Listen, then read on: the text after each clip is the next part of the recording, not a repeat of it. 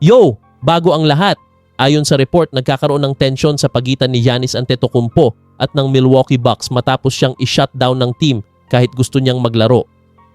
Sinabi ni Giannis na ang pagpigil sa kanya maglaro ay parang slap in my face at hindi niya alam kung saan pupunta ang relasyon nila ng franchise. Ngayon, bakit ito connected sa Warriors? May reports na interesado ang Golden State Warriors na i-trade si Giannis, lalo na kung tuluyang masira ang relasyon niya sa Bucks. Hindi na siya naglaro sa last 10 games at posibleng shutdown for the season, kaya mas tumataas ang trade speculation ngayong off-season. Iniimbestigahan pa ng NBA kung bakit hindi pinaglalaro si Giannis kahit sinasabi niyang healthy siya. Bucks sinasabing hindi pa siya fit, habang si Giannis gusto raw bumalik agad sa court. Ano ibig sabihin nito sa Warriors? Possible scenario: Warriors mag-attempt ng blockbuster trade, Giannis magiging co-star ni Steph, major roster changes, young players plus picks. Ngayon naman, punta tayo kay Kawhi Leonard. Ayon sa report, malapit daw mag-trade ang Golden State Warriors para kay Kawhi Leonard bago ang deadline. Dahil dito, nababasag ang myth na hindi kailanman ititrade ng Warriors si Draymond Green. Ipinapakita raw nito na willing ang franchise gumawa ng malaking move kahit veteran core pa ang maapektuhan. Ano ibig sabihin nito? Warriors handang magbago ng core para bigyan ng bagong co-star si Steph. Hindi untouchable si Draymond kung may superstar trade. Kawhi sana magiging Steph plus Kawhi duo kung natuloy. Bakit hindi natuloy? May framework na raw ang deal. Pero umatras ang Clippers bago deadline. Posibleng bumalik ulit ang Warriors sa off-season para kay Kawhi. Hindi ito first time.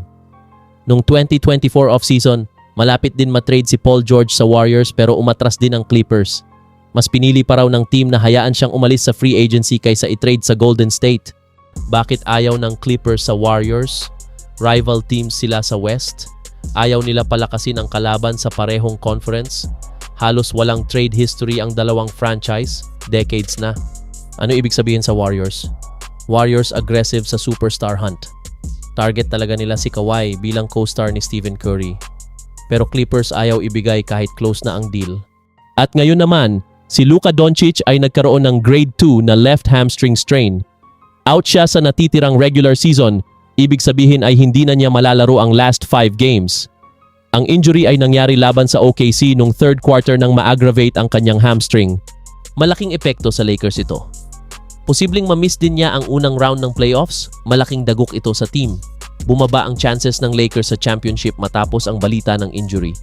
Nakalaro si Luka ng 64 games, isang laro lang kulang sa 65-game eligibility rule para sa awards.